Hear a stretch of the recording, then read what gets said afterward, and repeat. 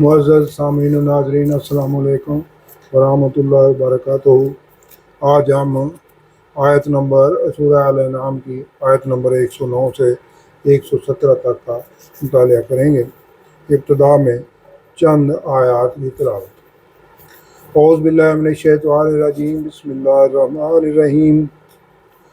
وَأَقْسَمُوا بِاللَّهِ جَهْدَ أَيْمَانِهِمْ لَئِنْ جَاءَتْهُمْ آيَاتٌ لَيُؤْمِنُنَّ بِهَا قُلْ إِنَّمَا الْآيَاتُ عِندَ اللَّهِ وَمَا يُشْعِرُكُمْ أَنَّهَا إِذَا جَاءَتْ لَا يُؤْمِنُونَ وَنُقَلِّبُ أَفْئِدَتَهُمْ وَأَبْصَارَهُمْ كَمَا لَمْ يُؤْمِنُوا بِهِ أَوَّلَ مَرَّةٍ وَنَذَرُهُمْ فِي طُغْيَانِهِمْ يَعْمَهُونَ وَلَوْ أَنَّنَا نَزَّلْنَا إِلَيْهِمُ الْمَلَائِكَةَ وَكَلَّمَهُمُ الْمَوْتَى وَحَشَرْنَا إِلَيْهِمْ كُلَّ شَيْءٍ قُبُلًا مَا كَانُوا لِيُؤْمِنُوا إِلَّا أَن يَشَاءَ اللَّهُ وَلَكِنَّ أَكْثَرَهُمْ يَجْهَلُونَ۔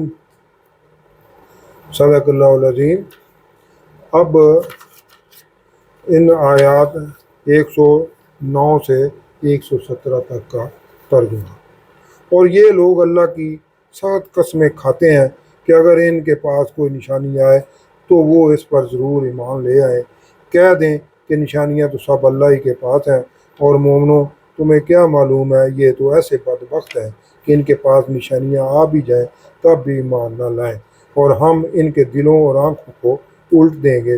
تو جیسے یہ اس قرآن پر پہلی دفعہ ایمان نہیں لائے ویسے ہی پھر نہ لائیں گے، اور ان کو چھوڑ دیں کہ اپنی سرکشی میں بہکتے رہیں۔ اور اگر ہم ان پر فرشتے بھی اتار دیتے اور مردے بھی ان سے گفتگو کرنے لگتے اور ہم سب چیزوں کو ان کے سامنے لاموجود بھی کر دیتے تو بھی یہ ایمان لانے والے نہ تھے، الا ماشاء اللہ۔ بات یہ ہے کہ یہ اگر اکثر نادان ہیں۔ اور اسی طرح ہم نے شیطان سیرت انسانوں اور جنوں کو ہر پیغمبر کا دشمن بنا دیا تھا، اور وہ دھوکہ دینے کے لیے ایک دوسرے کے دل میں طمع کی باتیں ڈالتے رہتے تھے، اور اگر تمہارا پروردگار چاہتا تو وہ ایسا نہ کرتے۔ تو ان کو اور جو کچھ یہ افطرا کرتے ہیں اسے چھوڑ دیں۔ اور وہ ایسے کام اس لیے بھی کرتے تھے کہ جو لوگ آخرت پر ایمان نہیں رکھتے ان کے دل ان کی باتوں پر مائل ہوں اور وہ انہیں پسند کریں، اور جو کام وہ کرتے تھے وہ ہی کرنے لگیں۔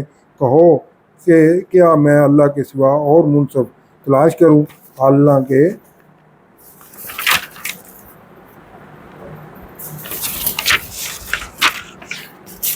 اس نے تمہاری طرف واضح المطالب کتاب یعنی قرآن پاک بھیجی ہے، اور جن لوگوں کو ہم نے کتاب تورات دی ہے وہ جانتے ہیں کہ وہ تمہارے پروردگار کی طرف سے برحق نازل ہوئی ہے۔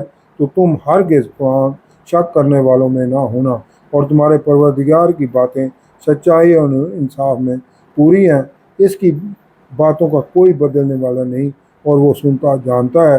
اور اکثر لوگ جو زمین پر آباد ہیں گمراہ ہیں۔ اگر تم ان کا کہا مان لو گے تو وہ تمہیں اللہ کا رستہ بلا دیں گے۔